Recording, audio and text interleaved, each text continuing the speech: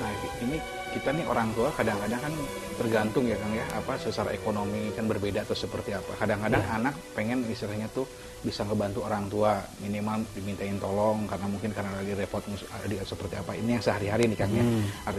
Artinya kan bisa muncul aja anak indigo dengan kondisi ekonomi seperti apapun ya Kang ya. Bisa saja. Nah, itu kita pengen ngarahin supaya dia ngebantu orang tua atau seperti apa.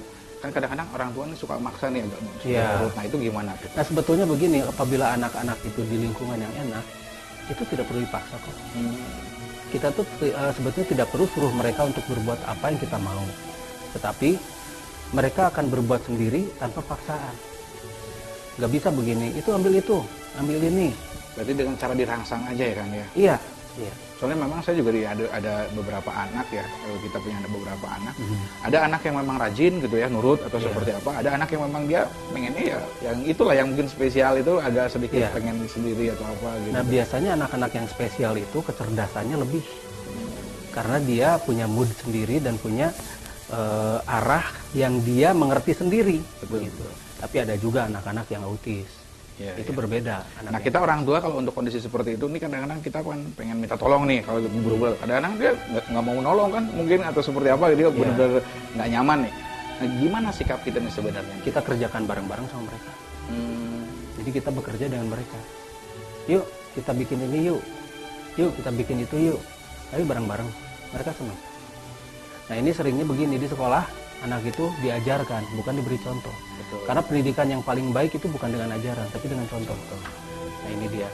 Nah, ini yang harus orang tua ketahui, semua orang tua ketahui, bahwa yang namanya anak itu betul-betul ujian buat kita. Betul-betul yang namanya fitnah buat kita, betul-betul cobaan yang luar biasa berat. Jadi, kita yang harus benar-benar bisa masuk ke mereka dulu. Jangan paksa mereka masuk ke kita. Selama kita paksa mereka masuk ke kita, selama itu juga akan penuh dengan pertentangan dan penentangan. Karena mereka itu punya ini masing-masing punya rasa ingin tahu yang mungkin kita sendiri tidak mengerti rasa ingin tahu mereka itu sampai sejauh mana dan sebatas apa.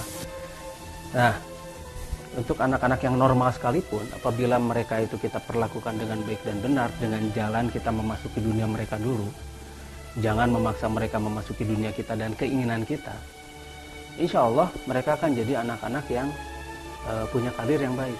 Jangan sampai begini, anak itu dia punya bakat di bidang kedokteran, kita paksa jadi pengusaha, nggak akan bisa.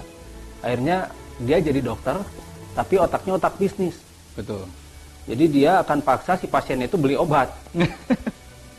Nah, kalau misalnya anak punya jiwa dokter, kita paksa untuk jadi bisnismen, susah.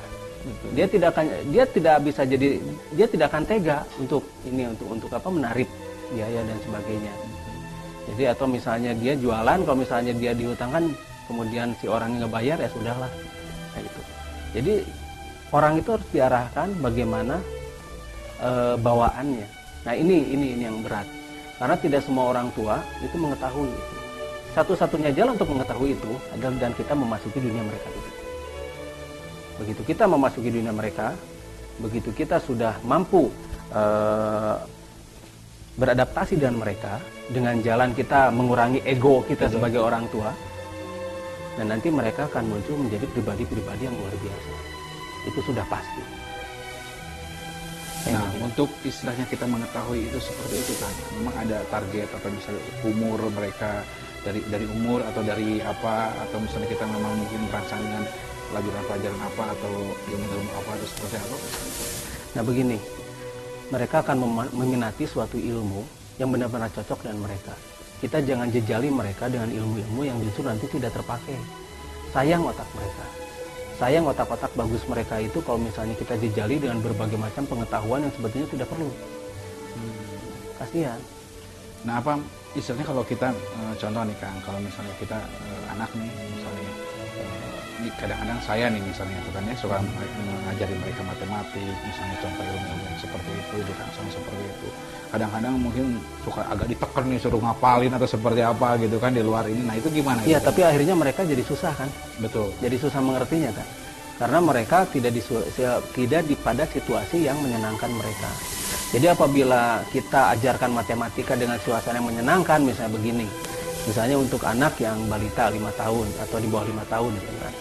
Kita beri mereka permainan, misalnya contohnya begini. Ada bola 3. Tangkap dong bola 1. Begitu ditangkap. Tangkap dong bola 2. Tep, bola 2. Jadi sudah ada berapa bolanya? 2. Gitu. Oh iya, Macam iya. begitu. Tanpa disadari mereka belajar gitu ya, iya, Kang ya. semacam begitu. Jadi kita berimprovisasi. Jadi sesuai dengan jiwa mereka sebagai anak-anak. Kalau bisa kita paksa belajar, susah. Jadi dengan kata lain, kalau memang kita memahami dengan konsep pendidikan yang seperti itu, sebetulnya tidak bisa antara yang normal, mungkin yang kita anggap normal, yang indigo atau seperti apapun, sebetulnya sama-sama nggak ada masalah kan ya, berarti sama-sama aja saja konsepnya. Iya, cuma bedanya kalau anak-anak yang indigo mungkin nanti tanggung jawabnya lebih besar. Tanggung jawabnya lebih besar nanti untuk sesamanya. Karena anak-anak indigo itu diberi kelebihan. Nah, kelebihan ini yang harus diaplikasikan untuk umat. Nah, ini kita sebagai orang tuanya harus mengajarkan pada anak-anak itu bahwa dia punya tanggung jawab yang luar biasa. Didikan yang paling baik itu bukan, sekali lagi, bukan dengan ajaran, bukan dengan pemaksaan, dan bukan juga dengan doktrin. Didikan yang paling baik adalah dengan contoh. Bagaimana kita memberi contoh pada mereka. Bagaimana kita memberikan pengetahuan dengan berbagai macam praktek pada mereka. Itu saja.